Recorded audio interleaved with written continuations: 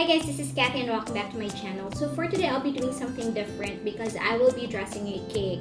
I used to have an online cake shop before. I call it the Bakeaholic Mom, but I have it inactivated for now because it just became so overwhelming for me to be doing all the purchasing and making the cakes and deliveries, and I don't have any help. And sometimes when a lot of order would come in, I could not cater to all of them, and right now I just want to focus with Jared.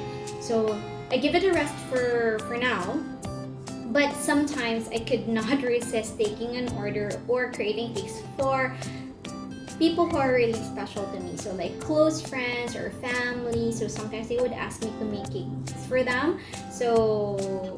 And I also miss making and baking cakes, so I'd offer sometimes and I'd say yes to some orders sometimes. So that's why right now I'll be making a cake. I'll be dressing a fondant cake today. This is just my setup because some of the things that I use for baking are actually still in our old house. So instead of having the silicone mat, I just use a wax paper. So I'm just making do of what I have here. So a wax paper, and I can't find a spatula or the flat plastic knife to level my, what do you call this, my icing later. So I'm just using the flat end of the bread knife for that. And then there, I have here some cornstarch. I'll be needing this so my fondant won't stick to my wax paper. And yeah, that's basically it. I have here the turntable for my cake, and also the cake board. Yeah, the cake board. This is a 10-inch cake board.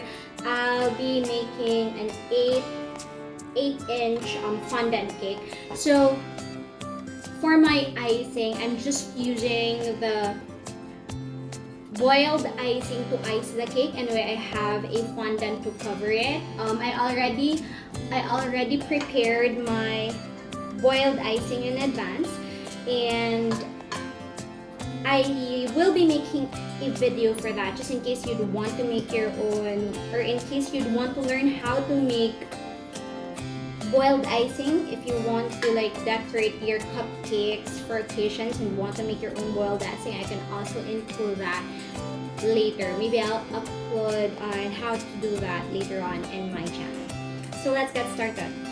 Great, so just before we get started, I'd like to apologize for my bare face. I don't have time to do my makeup right now. I don't have time to prep myself because it's almost 2:30 and I have to leave the house at 4:30. I just have a very limited time to do the cake because I need to fetch Jared and then we'll go straight to the party after. So I already removed my rings because I can't do the fondant with my rings on. So I already washed my hands as well. I'll get started.